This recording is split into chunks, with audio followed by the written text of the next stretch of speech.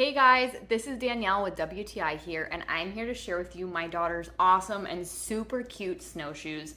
So these came in real handy in the cold weather. They are great with mud, they are great with slush, they're great with snow. My daughter looked so cute in these shoes. I'm gonna show you what they look like and a little bit more of why I like them.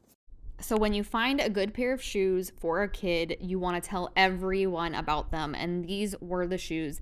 I loved that they were super cute. They didn't look too big and bulky, and my kid was not falling out of them.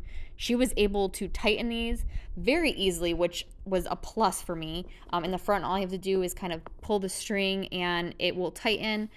And I have a girly girl. These were not too bulky, and she thought they were cute to wear with basically any outfit, and I have to agree with her. I really like the look of these shoes. They were also really warm for her. So I highly recommend these shoes, but that's just my point of view.